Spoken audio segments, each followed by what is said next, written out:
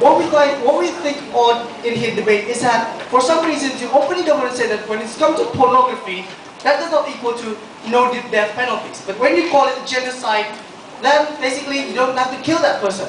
What we say here is that basically how relative the values is. And we think that if you are a civilized countries, you do admit the differences between each and every countries of what they upheld most and what they fear most of the punishment regime. This is what we believe in, about we should let each jurisdiction to have each and own policies. Basically, coming from the closing of our opposition, have three extensions. Firstly, how it creates accountable closure for the families, relatives, victims. Second point, and how this symbolizes the end of heinous crimes nationally or even internationally.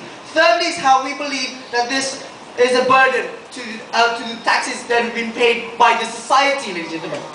So, now basically, before that, 2 points of rebuttals come here. First point is how deterrence effect, that they don't believe that deterrence will happen. We think that we're not trying to deter the suicidal people. We're trying to deter the majority of people using what they believe their basic and most fear, ladies and gentlemen. What we say here is that each and every country fear different things. Some countries fear death penalty, but others maybe fear, I don't know, like killing, just cutting their hand, ladies and gentlemen. What we try to say here is that when you put deterrence, is on the basis of each and every values what they fear for, and that becomes the most effective ones. And we believe that's not up to the government to decide that thing. Second point of rebuttal is how basically reversibility, ladies and gentlemen. When they say that, well, when you kill someone, they can't go back to life, but they jail, they still can go back to their normal life. Wrong, ladies and gentlemen. What we say here is basically, when you go to jail, a lot of things are being irreversible. Your names has been tainted as a criminal. When you put your lives in jail for 30, 40 years, you can't meet your children, you can't meet your families. You've been raped by other people, ladies and gentlemen. There's a lot of things that basically can be reversed, including your virginity, ladies and gentlemen. This is what I'm trying to say here, when even jails can provide such things. I'll take, Well, the problem is, what about those people that are being killed? Don't you think that we have to defend them as a government of the global community itself? The thing is, when they say that, what about innocent people? We're trying to say that, well, that applies to jails too, right? Maybe we put wrong people in jail. But exactly the point that of how, when you put death penalty as a form of punishment, it creates a more force to these investigators to act better. Because it's very worse if you kill a person wrongly. This is what we're trying to point out. Extensions coming out first is how it creates accountable closure for the relative victims. Ladies and gentlemen, what we talk about here is how law is about justice. Not only to the victims, not only to the people that do that, but also to the people who have lost during the act, ladies and gentlemen, when their families being killed by a serial killer. What they say here is how sometimes they don't have this closure. What they want is maybe revenge, because basically their families have been given, because their families have been killed by Teddy or maybe Ota, for example. Now the thing is, we think that they're emotionally stable, and we need to protect these feelings to ensure that they don't do something stupidly. But we think that death penalty provides it. We basically create more information to them. We make investigations. Maybe during the killings, the person was in form of self-defense. Of how basically it creates a closure for victims to try to release the fact that their loved ones are being killed, not because they're innocent, on the contrary, because they're guilty. Maybe these things can happen.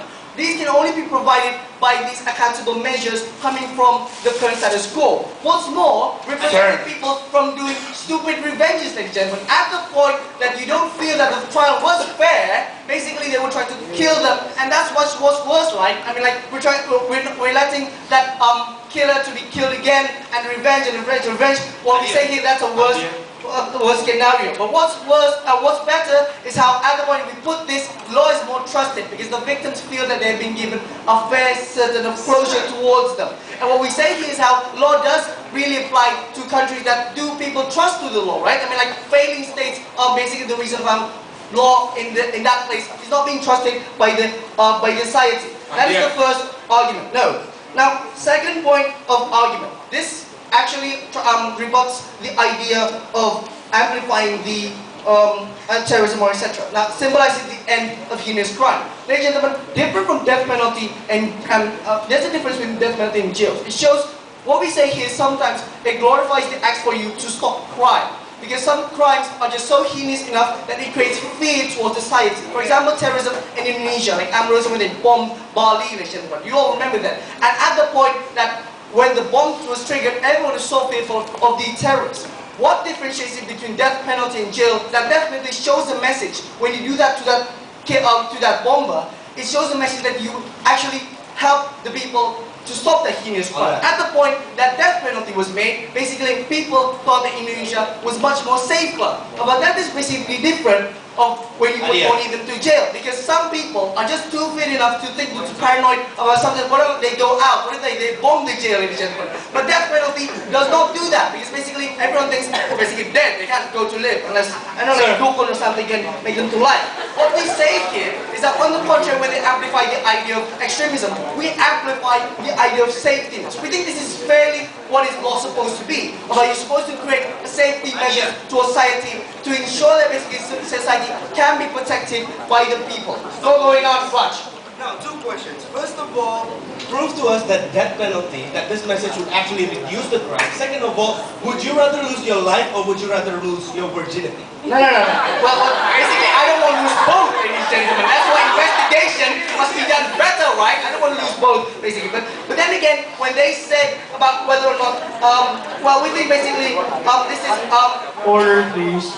now third extension coming on. But basically, why society is being burdened through this taxpayers' money?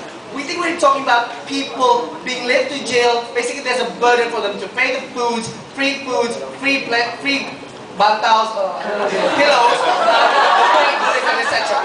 What we say here is that tax are not supposed to be for that. Tax is supposed to be for something that converts society, gives society better happiness. But we're doing the contrary wrong. On the contrary, we're letting someone that basically society hates most and basically society fears most to continue to live on with the society's money, ladies and gentlemen. We think this is totally wrong about what society is supposed to protect from the beginning.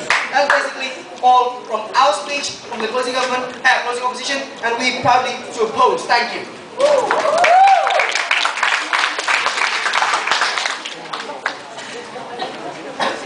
The member of the opposition spent 7 minutes 07. To end the case of the proposition, we'd like to call upon the proposition whip, Mr. Biota. And for all the audience, please maintain order.